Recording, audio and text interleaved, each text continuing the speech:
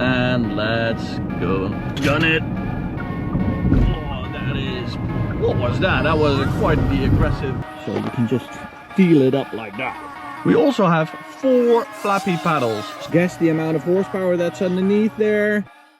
What's up, ladies and gentlemen, and welcome to this POV review by Autobahn. My name is Martin, and today I'm taking a quick look at the all new Lotus Emeya 600. This used to be an Emeya S, and then you had the Emeya R, but Lotus decided to rebadge their cars to Emeya 600 and Emeya 900. Guess the amount of horsepower that's underneath there. Well, it's not really there. It's 620 horsepower. So I'm just going to do a quick lap around the car, then take it to the Autobahn for an Autobahn blast to test the top speed 100 to 200 times, and of course 0 to 100 time. Now, what I like about this car, the front end I think is absolutely gorgeous, and other road users do agree with me because they approach me asking, what is it?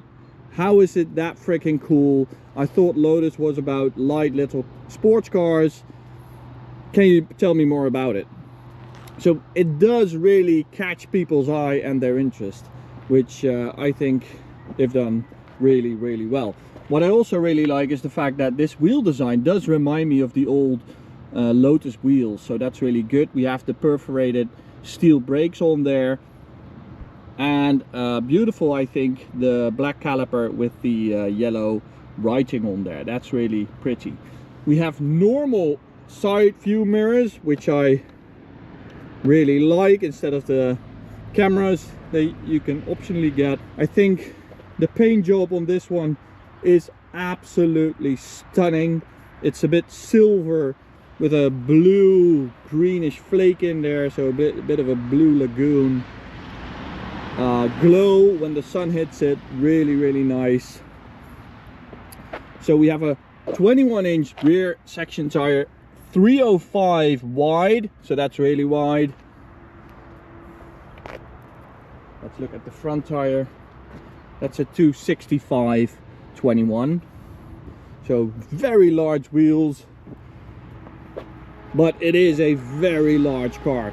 So this would be the competitor to a Porsche Taycan, but this is just way more spacious and big. And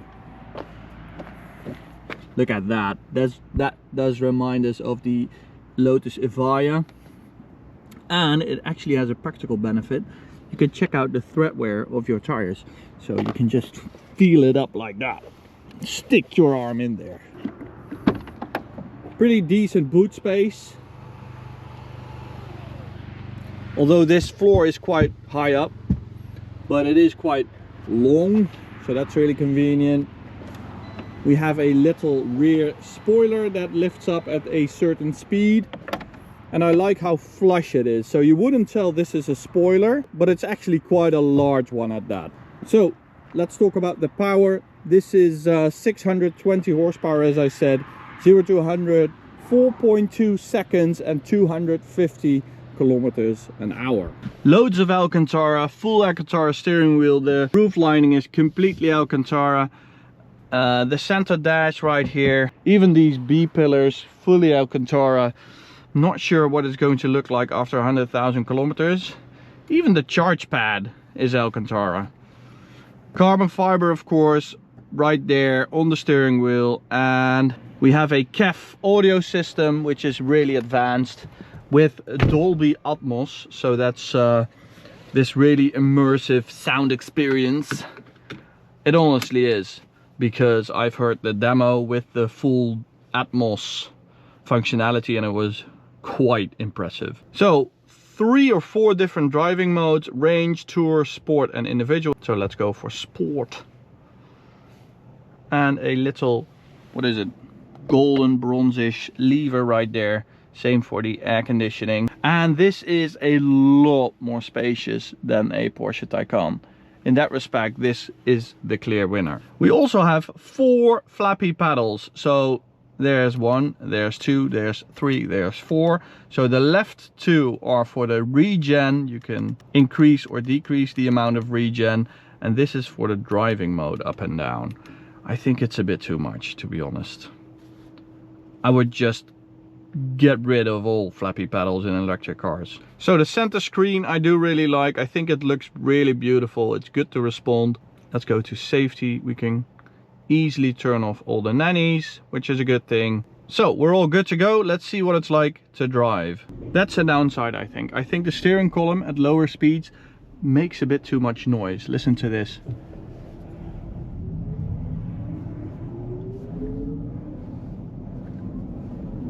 Not that nice, but it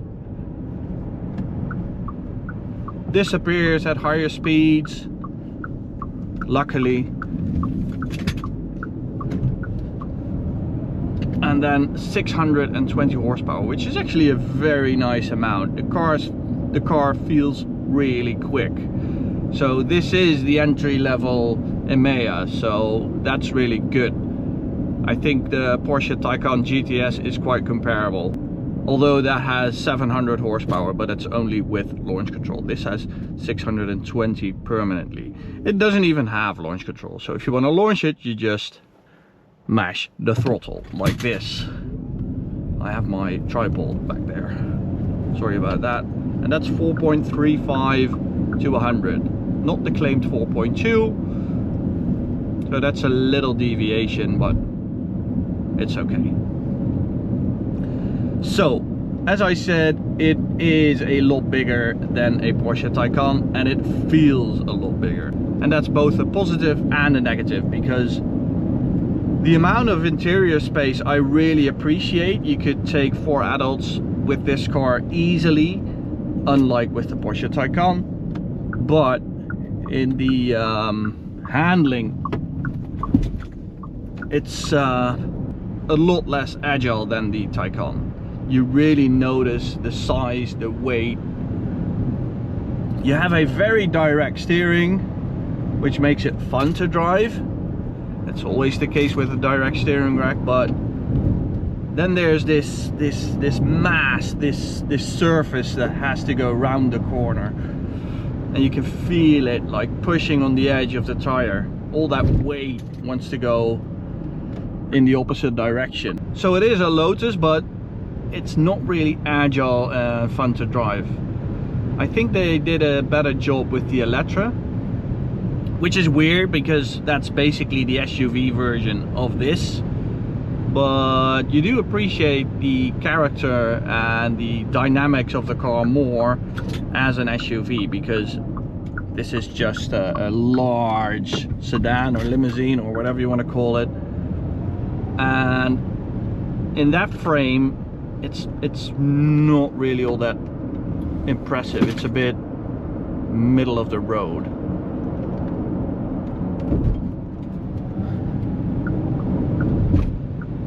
So 250 kilometers an hour, that's a good thing. Although for a sports car brand, 620 horsepower, it could have been a bit more, right? I feel like.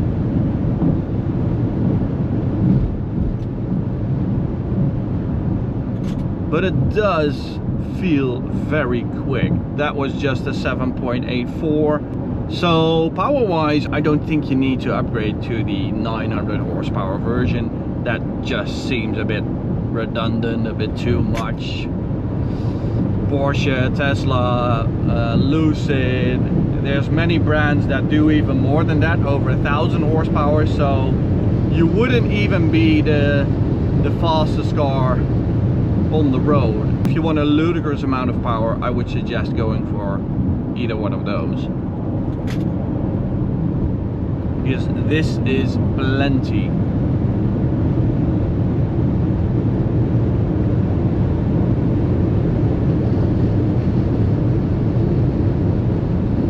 So here's the downside, 200 plus, and I do think there's quite a lot of wind noise, and that's something you wouldn't have with the Taycan. That's where you really notice the fact that Porsche has been building cars that do higher speeds for such a long time. Same goes for Audi, BMW, and Lotus is relatively new to this, and they are of course built in China, and the Chinese are absolutely new at this, doing high-speed cars. And as I said, you do really notice that. Another downside is rear visibility. So I'm 1 meter 87 centimeters, and I can no longer see what's behind me past 100 meters, because I would have to be, what is it, 10 centimeters shorter, I guess, something like that. So that's really weird. Well, why is it like that? I do notice that large rear spoiler going up at certain speed. That does look a bit cool. But I think that rear visibility is sort of an issue for me. So I think if you get this car, you get it because of its special appearance. I do really think it is very special, way more special than the Porsche Taycan in its appearance. It does really attract people, and people think of it as something really special. I see people pointing, I see little boys gathering round the car. It does have a special vibe to it. High-speed balance is really good. You really notice that the air suspension is doing all the work for you, keeping that mass nice and flat at higher speeds. It really sits very well on the Autobahn. And let's go. Gun it. Oh, that is... What was that? That was quite the aggressive ESC.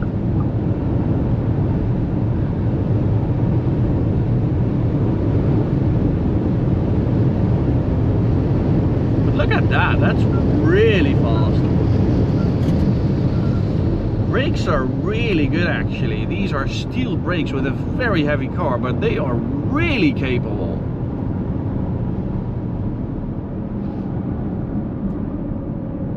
You do have to get used to the aggression of the brake pedal, because the regen is actually quite aggressive right on top of the pedal. So at lower speeds, if you want to stop for a roundabout, something like that, you really have to sort of get used to that.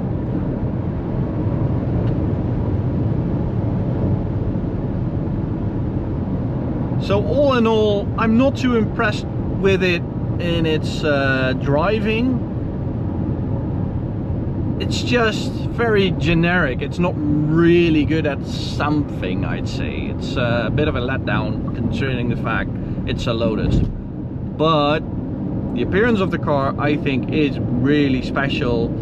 You don't see too many of these on the road. So if you want something special, something no one else has, something that will trigger some kind of response with other people, this would be the right choice. Thank you for watching. Go subscribe to the channel. You would really help us out. Go check out this video. Go check out the playlist of reviews. And I'll see you at the next video. Bye guys.